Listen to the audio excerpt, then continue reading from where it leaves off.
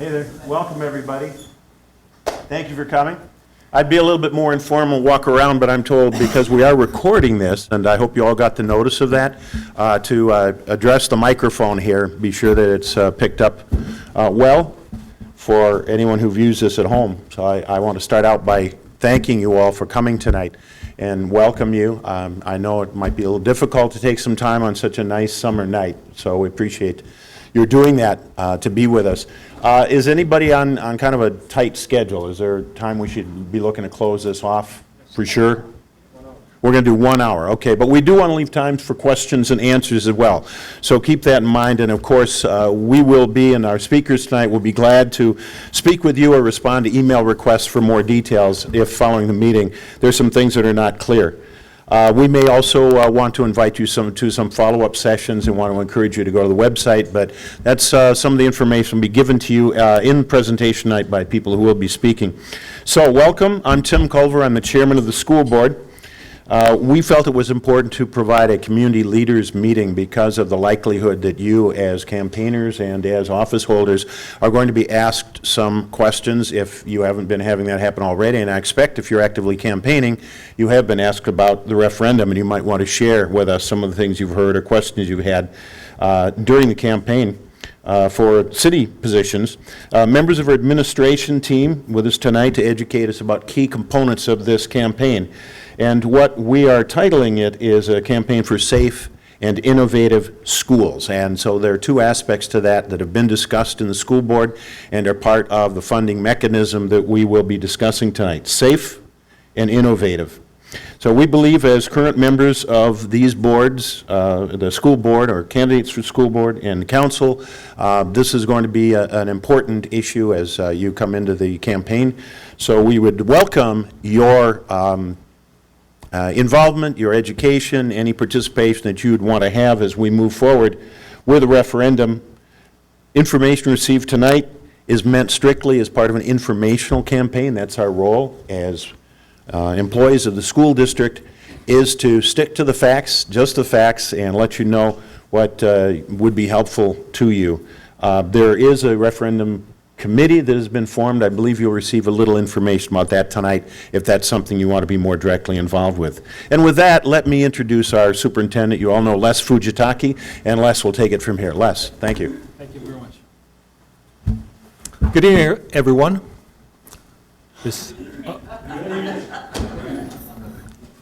On the screen is our district's mission statement. It was crafted by Bloomington residents, and it says what they expect of us. And I'd like to point out two key words: educational leader. That's what the community expects of us. As a community institution, which we are, we have quite a few roles. One role is to fulfill our mission of being an educational leader. And we believe we're fulfilling that.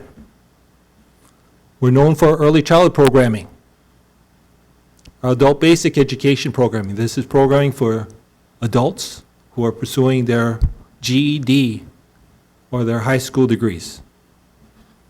We have a gifted and talented program that's well known. In fact, it has a national reputation. We're also known for our research and evaluation services. We're known in the state as being sound financial managers.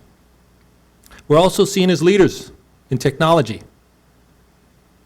And John Weiser, our technology director, will be sharing how we're going to continue to be leaders in technology in our state. We also have a role as stewards of our facilities. And we do this in three ways. We maintain our facilities. We have quite a few, about 1 million square feet of space that we're responsible for. We're also responsible for reprogramming our buildings. As educational programming needs change, we have to accommodate those changes. For example, the state legislature approved a full-day kindergarten program this past session. We're doing a study on what we need to do to adjust our facilities, to reprogram our facilities, to accommodate that new programming. Next is safety and security. That's one of our responsibilities as far as being stewards of our facilities. And Rick Kaufman, our emergency management coordinator, will be addressing that plan to make our buildings safer and more secure.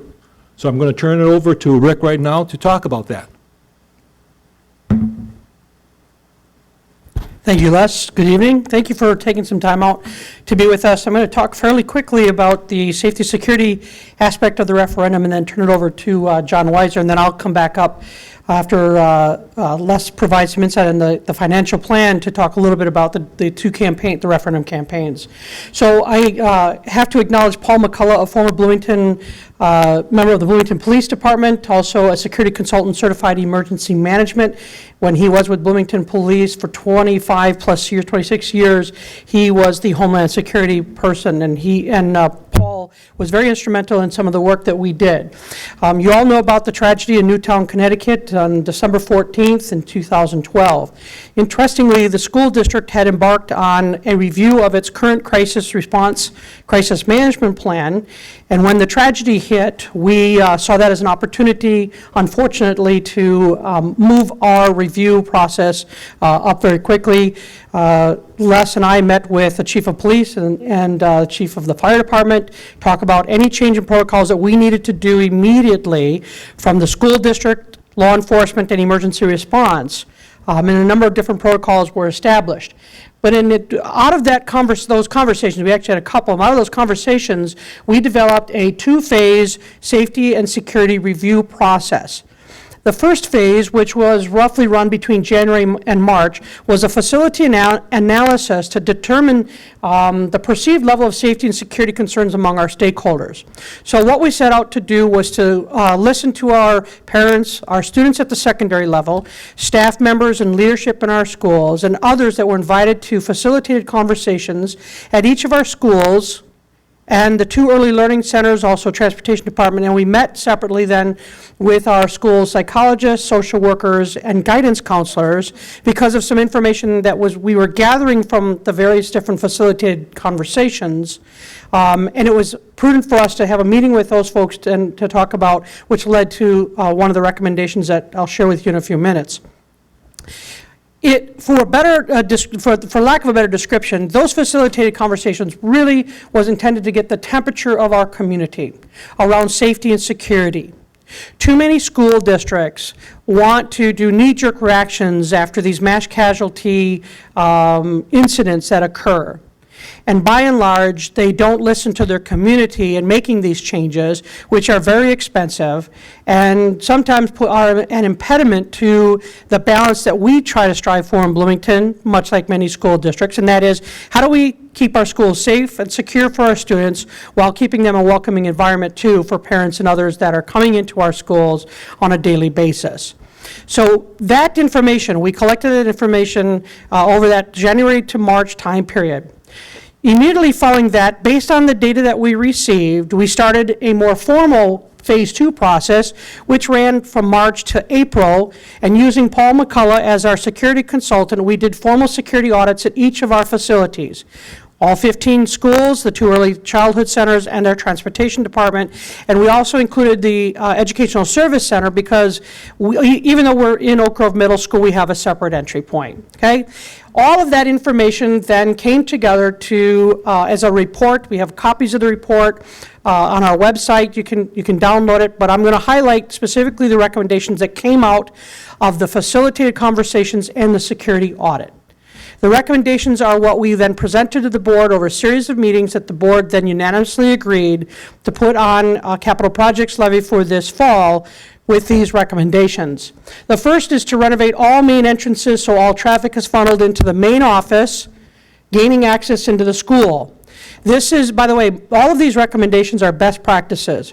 I've been involved in emergency management for 20-some years, the last 14 years as a consultant for school districts, emergency management agencies, as well as working for Bloomington Public Schools.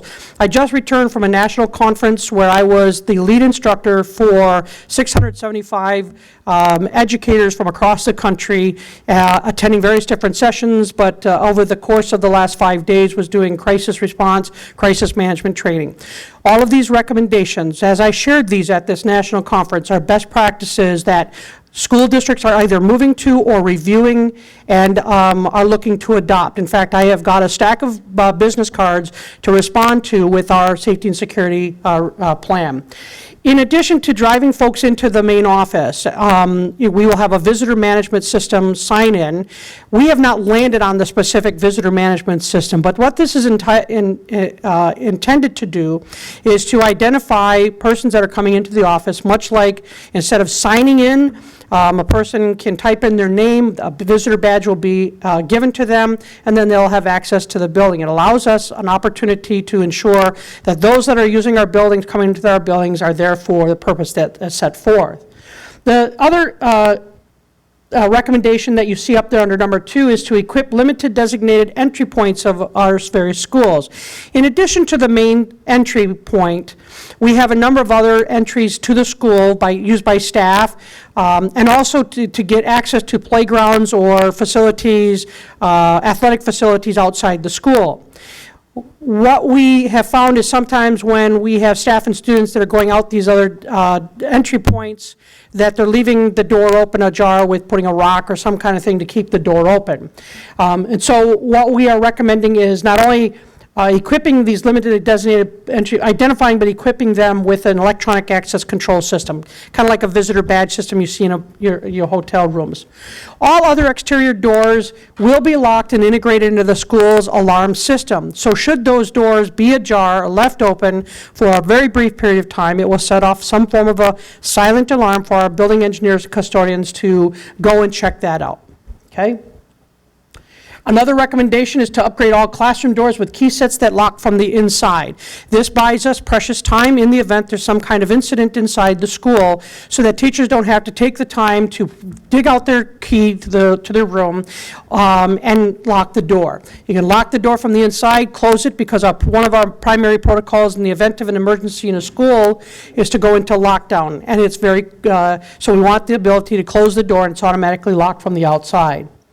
In addition, we are recommending the installation of a duress, or what we call a panic button, in our office at some location that is will be private by and large, and it is intended to help our clerical staff. When we talked about the recommendations to move folks that enter our building into the office as the primary entry point, it creates, again, these barriers that are so necessary to buy us time for emergency response in the event you have an incident. It does, though, however, put our secretary clerical staff in the office in harm's way, the first line of defense. And so at their recommendation, to install a panic button, in the event something is going on in the office, by pressing the panic button, it releases the fire doors in the building to create additional barriers and to identify that we have an incident and the school now needs to go on emergency lockdown or puts it in an emergency situation. The other up here is to install a limited number of security cameras, and let me speak very briefly about this.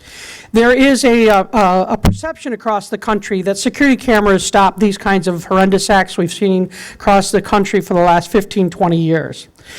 Security cameras are the effectiveness of that surveillance technology does improve safety and security, but it is limited. They really are more of a deterrence and as an investigative tool as opposed to stopping or preventing anyone from going into our schools. So security cameras will be used to complement our comprehensive approach to school safety and security, one that focuses on awareness, intervention, prevention, as opposed to only deterrence and investigative, okay? And also along with this, in addition to those physical structure changes, you have to have training. One of the most important pieces of the 4-step emergency management process, which is intervention, prevention, preparedness is the training, response, and recovery, is to initiate a comprehensive training program for all staff to respond to emergency situations. This will include emergency response teams at each school that will have advanced training under the incident command system that's used by law enforcement and emergency management across the country. It is the accepted practice that school districts have been moving a little bit slow to move to, but are moving to it. And then all of our school crisis plans will be revised and updated to ensure they are consistent with the NIMS, or National Incident Management Systems. Again, a federal systems approach to safety and security of our schools and facilities. And finally, we are recommending, because quite frankly, while we heard a lot of information about these next two issues, we ran out of runway in order to address them by the end of the school year. So we have recommended, and we have already begun the process of developing two task forces. One is a task force that will develop recommendations to not only review, but to develop after-school program safety and security. Many of our schools, classes are out at 2:25 or 3 o'clock, 3:05 maybe at the latest. After that time, those schools are still being used with after-school programs through a community education, community services. We have a number of school-based programs that students are in our building up until 6 p.m. by and large, and then other community athletic groups and others that are using our schools. So the school day really doesn't end at 2:25 or 3 o'clock or 3:05. It extends into 6 o'clock and sometimes a little later. So this task force is reviewing to look at what recommendations we should put in place to improve any safety and security measures once the normal, or the regular, I should say, school day ends. And the last one, which has probably garnered a lot of interest and a lot of questions, is to review our current mental health staffing, identification, and intervention needs to provide recommendations to ensure that not only do we have a comprehensive multidisciplinary program to address students' mental health needs, but that we implement any changes over time. Let me speak a little editorially to this. Also coming from the national conference, what we have learned is that nationally schools are struggling with the mental health concerns and needs of students. It is one thing to work with students with special education needs, as opposed to students that have some mental health needs that may be long-term or may be short-term based on either family situations or community or environment situations. School districts like Bloomington are struggling with how best to address those needs, and how best to address them with current staffing or partnering with outside agencies that do provide some resource savings to school districts as opposed to having on-site staff. So we're not immune to this issue. We're also not deaf or silent to this issue. We're addressing it, and it's going to happen through a task force, because if there's one thing that we are strongly, as Superintendent Fujitaki talked about fiscal management and being very good stewards of our money, is instead of just throwing money at what we call mental health concerns or needs, let's find out what the problem really is. And that's through this task force work that will be, we're looking to have it co-chaired not only by our Eric Melby, who is an executive director of our student service department, but one of our leading outside agencies that is recognized in Minnesota through the Washburn Center for Children. Those are the recommendations, and I just throw this slide up there so you all know that we didn't do this alone. Good partnerships, good recommendations that come out of this is not done by one or two people, but the insights and assistance from all of these departments and these individuals. And by the way, there was a representative from the police department and the fire department on every one of those safety and security audits and most of the facilitated conversations. And they provided invaluable and professional insights in addition to the parents, students, and staff that were part of that. At this point, it's my pleasure to turn it over to John Weiser, our Executive Director of Technology, and we will have time for question and answers after Les follows John.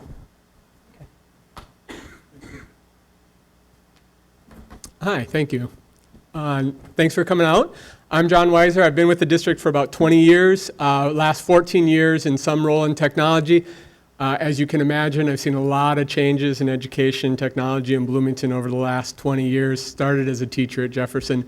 What I want to talk about in the next half dozen slides is where we're going to go in the next 3 to 5 to 10 years with our technology vision. First question is, where does that vision start? It starts with our mission statement. If you've been paying attention to Bloomington schools in the last couple years, you've seen the embodiment of that mission statement in what we call pathways to graduation.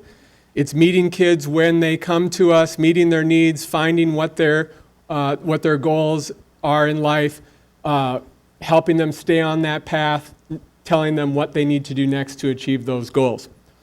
So a subset of that mission and a subset of the pathways to graduation is what drives this technology plan. It's to personalize learning and support students along that pathway.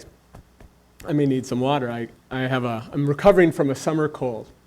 So I normally am not sounding this congested. The way we do that is through 3 elements that I want to talk about. The first is this move toward digital content and personal devices.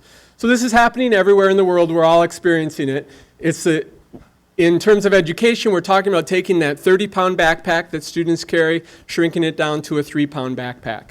Taking textbooks, either converting them or looking at new resources, new materials, open educational resources, the wealth of information that the internet provides, harnessing that information, moving it into the classroom in an organized way that meets our educational goals.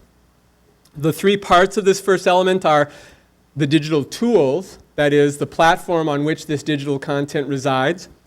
The digital content, that is, the actual content itself that meets Bloomington standards, which align with Minnesota standards, which align with some national standards. Supporting teachers as we make this shift with professional development. Teachers need time, they need the professional development, and they need the teaming that allows them to do this work. And then the devices that allow all of that to take place.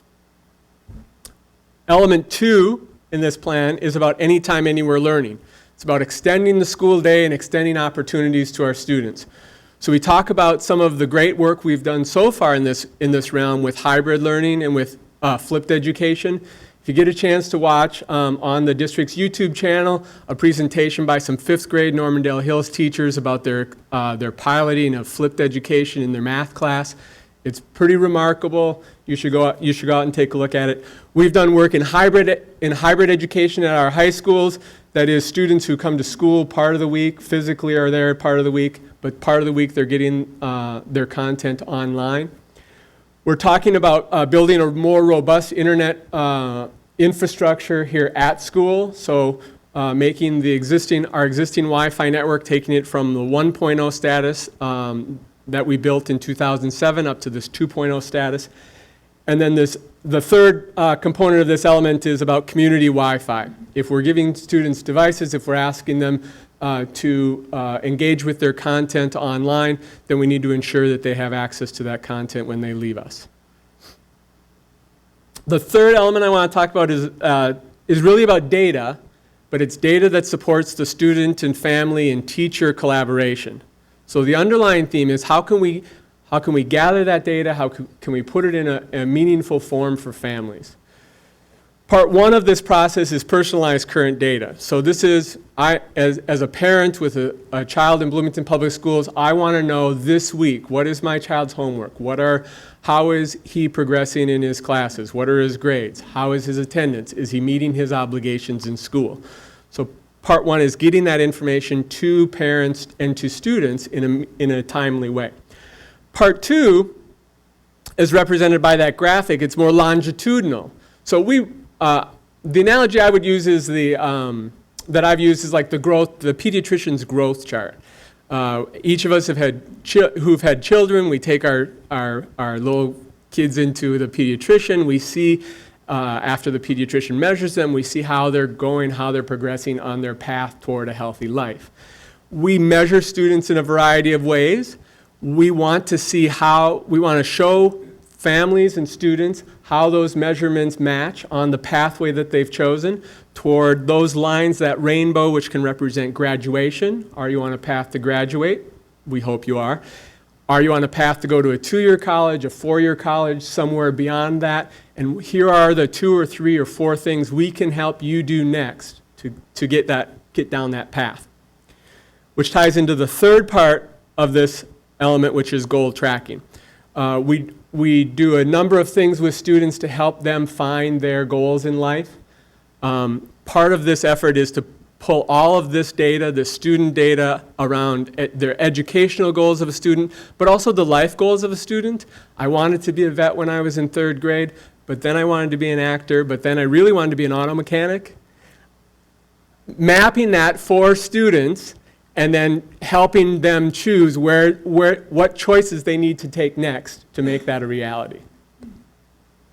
As Rick said, and as many of us have said, it's a team effort. I get to present this content to the board and to other groups, but this is some of the folks behind all this that represent many of our departments, our principals, students, parents, really a large group of community members who've contributed to sort of set this direction for where we're going next in where technology meets education.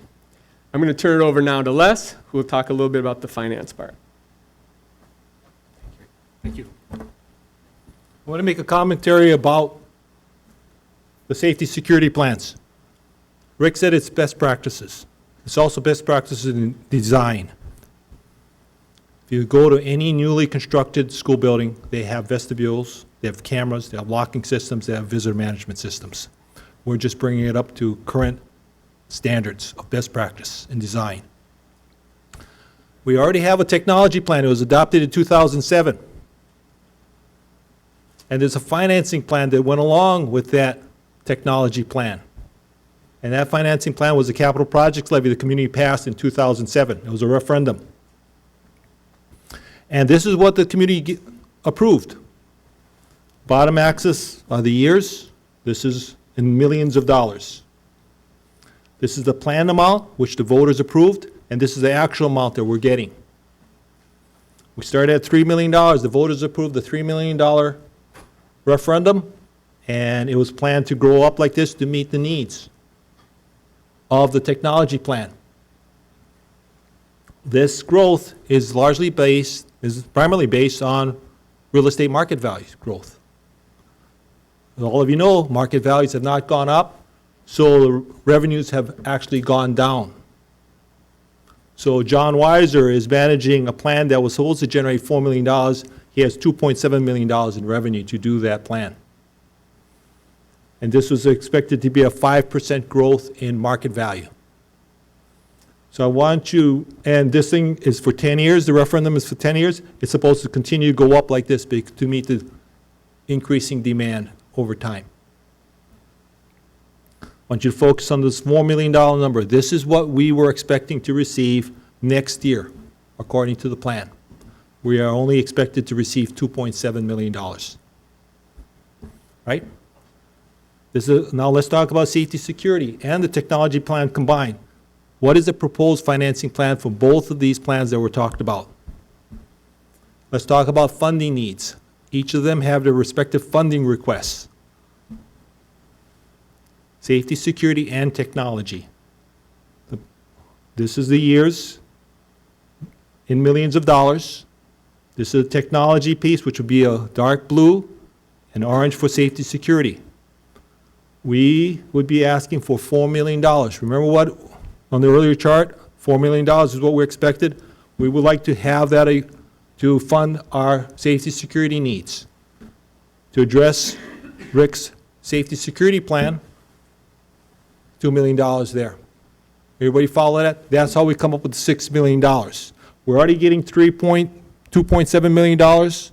We're just asking for what we were expecting to get back when the voters approved the original tech financing plan back in 2007. Then we plan to continue on we need $2 million a year for 3 years. $4 million, then it's going to go down to 0.7. We need to continue to maintain and continue to do training for safety security. This thing is going to go up to 5.3. But remember that arrow that I showed earlier? It was supposed to rise anyway. We need this dollars, and then the levy would continue on for another 6 years to 2023, 2024. This is where the $6 million a year comes in, all right? It's always good to compare to our neighboring school districts. These are the school districts. This is what Bloomington gets in technology referendum revenue for each student on average. Everybody follow that? It's about $270 a student per year. You take the $2.7 million that we're getting, divided by about 10,000 students, you come to $269 per student. St. Louis Park generates $315. You just see it. Ridgefield generates more than we do. Minnetonka. And this is what Hopkins generates, almost $900 per student. If the voters approve the referendum this fall, we'd be generating $408 per student. Not at the top, but right with our neighbors. Remember in 3 years, 4 years, it's going to go up to 5.3 million, we'll be generating $541 per student. Not at the top, but right in the mix. We talked about funding needs for those two plans. Let's talk about this no tax increase referendum. This is all going to be funded through property taxes. This is our levy breakdown for the current school year. Going to be $48.1 million. That's the total levy that we have for this school year. The breakdown is as follows. The operating referendum that was approved by the voters back in 2007 generates $21.2 million a year.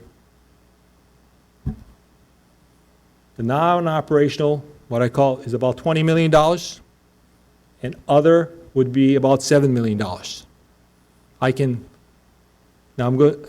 The no tax increase, where we're going to get the money to pay for the $6 million in needs, is going to be in this pie chart here. This piece of the pie, all right? The goal is to keep this levy fixed for as long as possible. So we're going to fluctuate around the $20 million mark. And the levies that we're going to use to do that would be these. I'm not going to go down each one, but these are where we can flex this levy to keep this at around $20 million. That's the goal. And that's why it's not going to be an increase in taxes, because we're going to keep this level. But you got that? That's what this is going to be. We're going to strive to do this. And the way we're going to do that is, as I said, we're going to refinance debt. We're going to look at periodic adjustments in levy and debt management. Those are the categories that are listed there.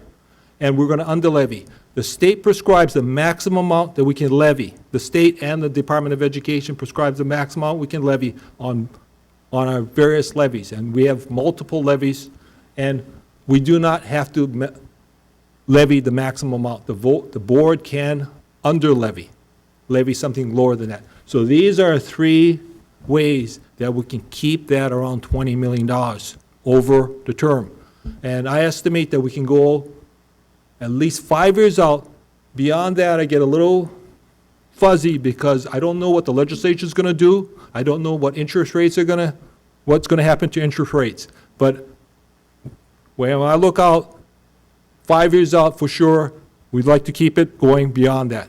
But that's what I'm looking at as far as keeping it at the $20 million amount. Right?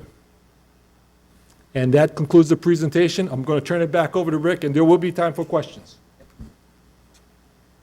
So we want to talk very briefly, and then we'll do question and answer. There's two types of campaigns.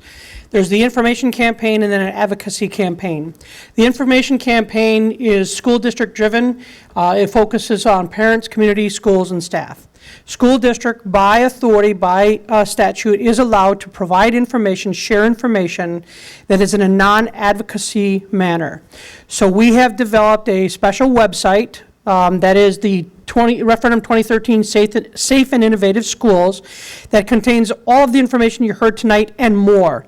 In addition, tonight you received a handout. You're welcome to take this, and I have to truly apologize that the backside is missing.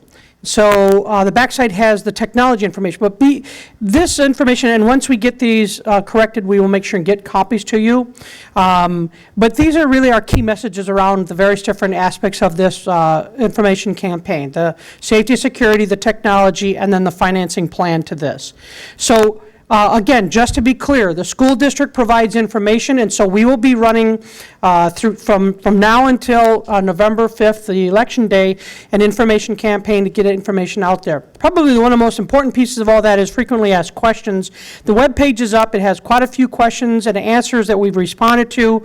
We have a link on there for people that have additional questions and that we'll be able to respond to as well. So I invite you to go to that website, visit it, and download or make copies copies of the information as you see fit, or as you're out campaigning or talking to your constituents around the community to drive them to that website. The advocacy campaign, which is the Yes for Bloomington Schools, Citizens for Safer, Smarter Schools, as Chair Culver mentioned, is in the development stages. A number of school district employees can be a part of the advocacy piece, but it has to be after a work time. And if we do any type of work, say for example our lunch period, we would have to take vacation time. But we will be working on our weekends and after work hours on the advocacy piece, which is really citizens and parent driven. It's focused on targeted efforts to first and foremost identify yes voters and then get out the vote. So if those are the two very distinct logos and the two very distinct campaigns that are out there. You will likely see information that is very similar under the advocacy campaign that you will through the district, because it's not proprietary information, and quite frankly, it's helpful to kind of speak with one clear voice and stay on message. This is what the Yes for Bloomington Public Schools campaign kind of strategy team looks like. It's still in the formative stages. Very similar to past referendum campaigns in this district and used by other districts. There is a citizens referendum team that it's my understanding that a number of community leaders are being identified and are being vetted to, and first being asked if they would like to be involved as chairs or co-chairs. It is always, many hands make light work. You've heard of that before, and so campaigns like this, so the more people you get involved, the more efficient you are in sharing information and involving people. So these are the various, I'm not going to go into details about them, but those are the various different subcommittee structures. You see some folks have already volunteered to serve as chairs or co-chairs, from board members Dick Bergstrom and Tim Culver and Maureen Bartolotta and others throughout there, okay? And then the kind of the work that's assigned to those different things. There will be a separate website for the Yes for Bloomington Public Schools that is run externally by someone else that will have a lot of information as well, and they will be most likely gearing up here in the next, within the next month and driving all the way into November. That's all we have for you this evening, and we have about 15 minutes or so to make sure that we stay within the hour time limit. We want to be respectful of your time. So we'd be happy to take any questions you might have, and because this is being recorded, we're going to walk around with a microphone and ask that you speak in the microphone your question, and if it would be helpful to direct it to either John, myself, or Les, and we have some others with our finance department and our financial consultant here to respond to them as well, and a number of our board members are here this evening as well. So who would like to be the first to ask a question, if there are any questions?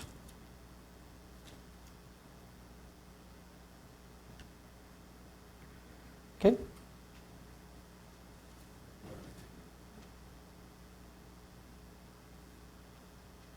Last one.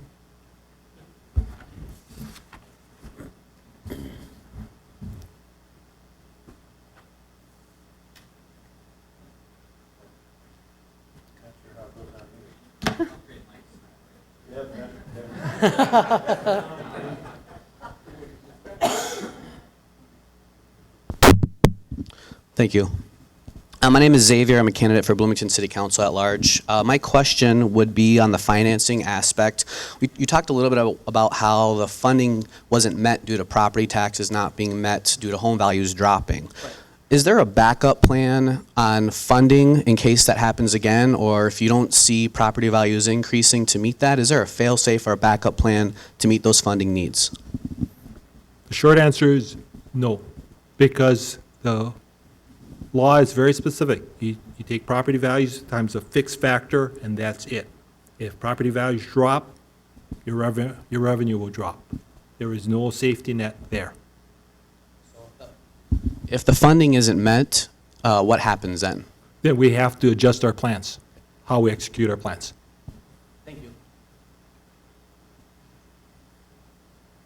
Other questions?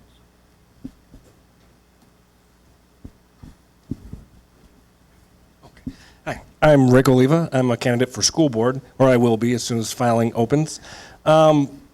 If the property taxes, or if the property values were to rise, I know we've talked about a no property tax increase. would the idea be to then lower so that way our property taxes don't actually keep going up, or would we try to keep them the same? The goal would be to stay at the $20 million amount. So property values go up, the revenue goes up, we're going to stay within that, right around $20 million. That's the way we're going to keep that pledge about no tax increase. And then a more pointed question maybe, I've had people ask me, they say, if the revenues, if they have an opportunity to get more revenue, they'll always take more revenue. I've had people that are skeptical that we would actually keep the property taxes flat. Is there any assurances that we can give other than our word that we would keep them flat? I hope our word's good enough. We've always lived up to what we said we're going to do financially, and that's what we've always done. So hopefully we have integrity with the community, credibility with the community, because that's what we've always done. Thank you.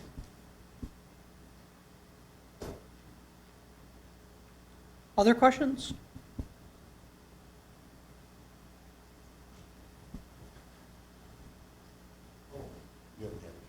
Oh, what I was thinking about is when the revenues dropped, what did you do? When you were expecting, when property values dropped and your revenues dropped, how did you adjust to that? We adjusted our plans. I can let John handle that.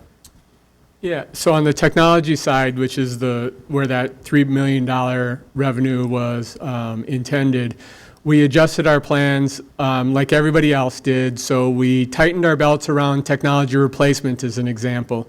We redesigned how we did technology replacement. We put in some standards around technology across the district, set a 4-to-1 student-computer ratio, and then drove toward meeting that 4-to-1 student-computer ratio. That standardization of replacement turned our replacement curve, which was curving upwards with inflation, it turned it downward, which left us that a portion of that levy is used for what we call innovative classroom technology. It's the smart boards that you see in our classrooms, it's sound amplification systems, those sorts of things. My goal was to keep that, protect that area of the revenue so that as that revenue dropped, that the entire amount wasn't eaten up with just replacement. So we keep innovation, we hold innovation steady, adjust on the replacement side to turn that curve down. That's how we adjusted.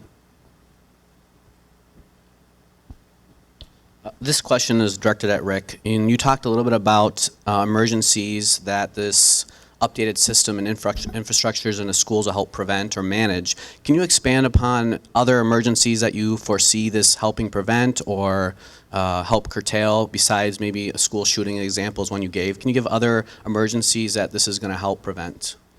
Well, first and foremost, no matter what schools do, you cannot stop or prevent an active shooter or a violent offender that is has plans of the type that we've seen. Our best hope is to avert them through intervention and mitigation. A lot of the things that we're doing in our schools around positive behavioral interventions programs, there's a number of different programs that we're using in the district to help identify students that may be what we call disenfranchised or disengaged in the educational process, or dealing with all kinds of situations that ultimately, if left untreated, have led to these kinds of incidents, or in what we've seen over the last number of years, these averted types of crises, these averted types of incidents. What we see with these types of security measures, they're really driven by communities, the community input by parents and staff and students and others. We live in a time, unfortunately and sadly, that our schools are no longer places where you can come and go at free will as they used to be. And we need to make them more safe and secure. We do know that there are students that create situations inside a school. And that's why we have staff, and that's why training is so necessary, to not only plan for the worst and hope for the best, but to deal with those kinds of situations. So we're going to have a hybrid of training that is along not only the incident command system, but a training that's used nationally called Prepare, which is addresses the mental health side as well as interventions for students and non-students. The other thing is that we will be rolling out this fall is what we call tip techs. We have an agreement with one of our parent notification systems. They've developed an application that allows students and others to text a number that's of an incident, or whether they think they're being bullied, or they're bullied, or they see their friend being bullied, or their friend or peer is talking about harming themselves. This will go to, and we haven't worked out all the details, but this will go to a school staff person that can help the student, or at least follow up with that. It's very similar to schools that had anonymous tip boxes that really weren't anonymous, because you saw the kid that put the note in the box with anonymously. But the tip text is using technology that students and kids are using, primarily obviously at the secondary level, and allows us to respond to those kinds of things. So you have a great question, but there's no one silver bullet that's going to address all the types of the potential issues that are out there. Were there specific examples that would help for? I mean, I know, was there any other ones, like the training, so there's going to be trainings. Are there specific circumstances or events that these trainings are going to help? Can you give just some specific examples? Okay, so one of the pieces that will help to prevent is we have had some occasions over the last couple years where we've had persons that have come in to our schools that shouldn't be in our schools. Persons that, we had one incident, this is a number of 3 or 4 years ago, that a middle school female student was taken out by her youth pastor, who was a friend of the family, taken out of the school. Person came in, said, I'm here to pick up so-and-so, I'm a family member, and was released. A visitor management system that has in place, directing people into the office, would prevent those kinds of things from happening. The visitor management system identifies making sure that it's tied to that it is a family member, and that there's an identification of who that family member is. That's just one of the many types of situations that we might encounter. Thanks for your question.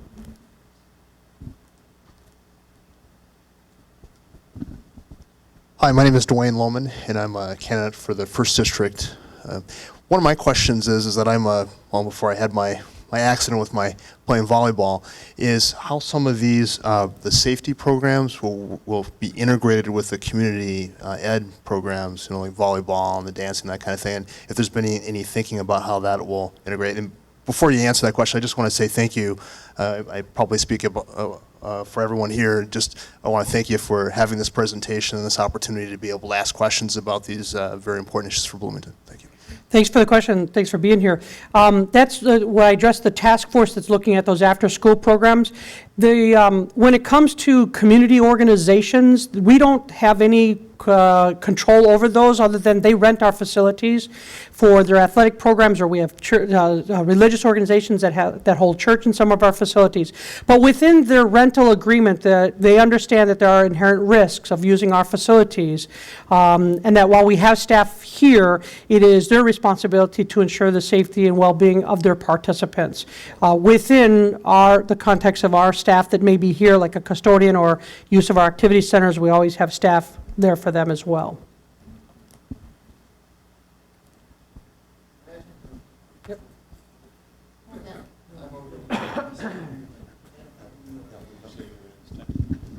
My name is Ken Johnson. I'm running for council seat in District 4. I'm a member of NRA, and I receive a magazine, and I know the NRA has a program for helping schools to reach security. Have they been contacted by you, or you contact them? No, they have not, and we heard very clearly from the majority of our parents and members of the facilitated discussions that they do not want any staff armed, nor do they want additional staff in our building with firearms. Okay, well, thank you. Thank you for your question.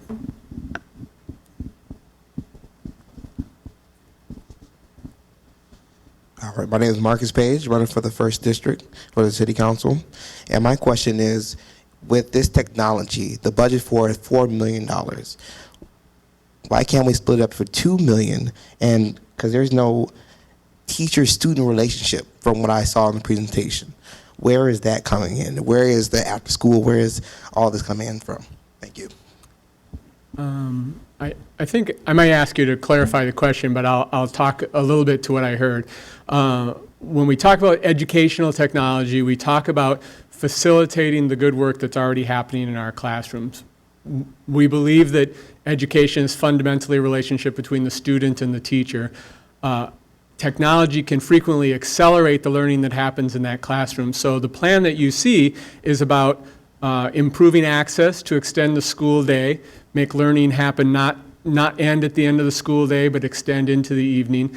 Bettering the communication between parents and teachers and students, and getting the right data in front of students and families and teachers so that they can make good educational decisions and really pivot more quickly in the classroom, take advantage of educational opportunities, see where there's a need and meet that need sooner. I think that's the promise of technology and education, not that it's going to replace anybody and not that it is a substitute for that relationship. Did that get to your question? Yes, it is. Okay.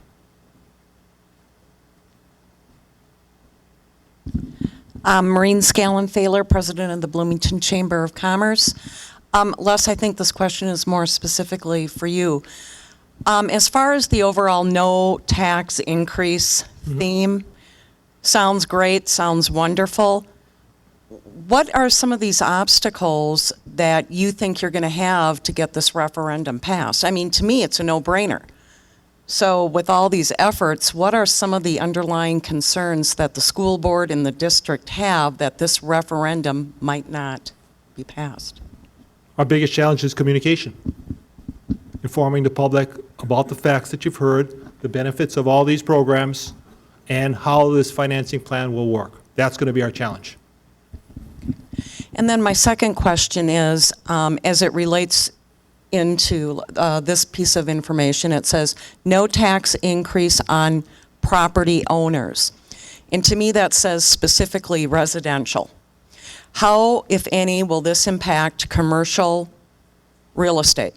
It's the same Okay. for both. Because I think Residential, that's one commercial, thing, industrial. too, if you're looking at communication and promoting this, make sure that the businesses are aware that this is not going to have an impact on them as well.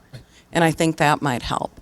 I know the businesses really, want to see the efforts and this program move forward. It's very smart and prudent. You just need to make sure that they know that they're not going to be the one paying the bill. Let me address part of your question too, Maureen, is because over the last several weeks, as we've been developing our information campaign and out in the community and talking with a lot of different business owners and parents and others, and one of the things that I just shared with Les last week that I was hearing from a couple business owners, primarily rental facilities, that they did take quite a big hit with the all facilities levy. And so it's important for us, as Les said, it's a communication issue for us to try and address the fact that, while they're somewhat connected because it's a school district or not, but that, it's very difficult for school districts to do a really good job of communicating complex issues. And the fact that the all facilities levy really is separate, but it did hit our business owners, as you know, and our rental unit owners. And I'm hearing that more and more over the last couple of weeks.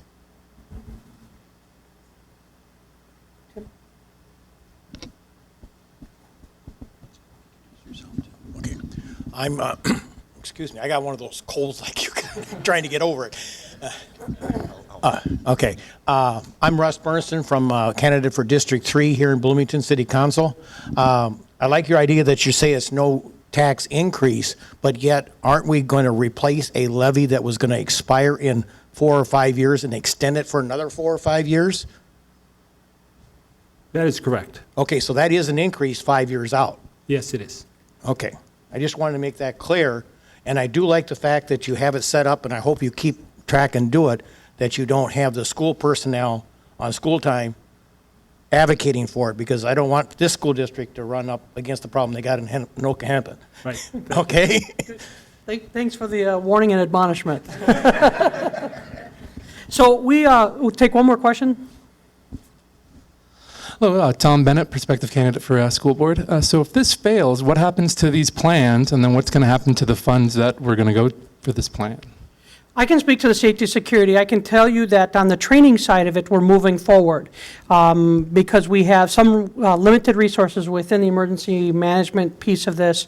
What we would most likely have to do then is try to find grants that are very limited right now for that kind of work.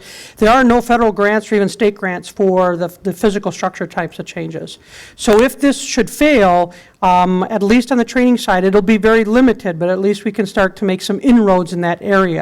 And then we come back and on November 6th, sit down and talk about what are the next steps with respect to those safety and security measures. I'll let John do technology. Yeah, and in terms of technology, it's very similar. What we would consider doing is, or the way I would frame this is, many of the changes that we've put into this plan are proactively looking at things that are happening right now in our society. So when we talk about the digitization of content and we talk about the move toward greater access to information, we're experiencing those efforts, and some of our best and brightest teachers are harnessing those efforts in their classroom. We're trying to use some resources to standardize some of that practice and to scale up some of those good things that we have happening. We would continue down that road, only it would be incremental. So right now we have what I call a laptop and cart model, where you're a teacher and you want to take your students, have them have an experience on the internet or take an online assessment. You have to sign out the computer lab and go to the computers. We would keep that model as an example. We would continue to move toward digital content, but we would only be able to use that digital content where there were these other elements, where there was devices available and where there was access. That's a really good question, especially for safety, security. National experts have advised us this is what we should do with respect to design of our buildings, as far as best practice. If you take our 17 buildings, remember it's $2 million a year for 3 years, so $6 million total. That's about $350,000 per building.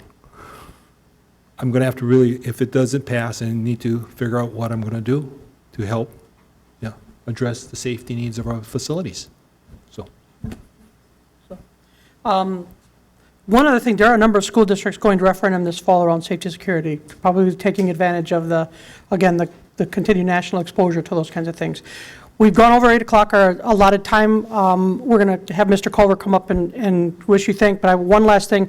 The website, if you would go to the website, has more information. And please, also, there's John's contact information, my contact information, and then there's a general email address. If you'd like, you have questions, go ahead and send them to us. And also, our telephone numbers are on there. We would be more than welcome to answer or respond to any questions you have. Thank you, Tim. Thank you. Thank you to John and Rick and to Les for presenting information tonight. I want to thank all of you for spending your time attending. I hope you felt that was helpful information. Again, I invite you to request anything further of the people that you heard from tonight. We also invite you to follow along with the campaign and special Safe and Innovative Schools referendum page that was mentioned to you. There also was an address for referendum, a separate website that was given to you. I'll be glad to share that with you if you didn't pick that up at the time. I don't think it's in the printed materials. But finally, and I get to kind of shift hats regularly here because I'm a part-time employee of the district. As a school board member, I'm also a community member. And so that's why I get the opportunity to say you're all invited to come to a community kickoff rally. We have a meeting scheduled here on Tuesday, the 23rd. Excuse me, I said here. That was just, I mean at the Hilton. Minneapolis, Bloomington, that's a France Avenue and 494 Hilton. So here in Bloomington, but it's actually going to be at the Hilton Hotel beginning at 6 o'clock. That's the Citizen Committee. You saw some information about that towards the conclusion of Rick's presentation. And then I invite you also, again, wearing dual hats here, anything you'd like to know, feel free to ask of me as well, whether it's about the campaign or whether it's about information. I'll be glad to channel your question to the appropriate people. And again, factual information that you're looking for our informational campaign, please feel free to contact any of the professionals at any time. Anything else needs to be done for the good of the evening? Is there a copy of this presentation? A copy was requested. We'll take care of that. Yes, thank you. The meeting for the community, and this is for everyone in hearing of this, if you're watching on television, this is an open meeting, looking for support of the referendum, Tuesday, July 23rd, 6 p.m., Hilton at France and 494.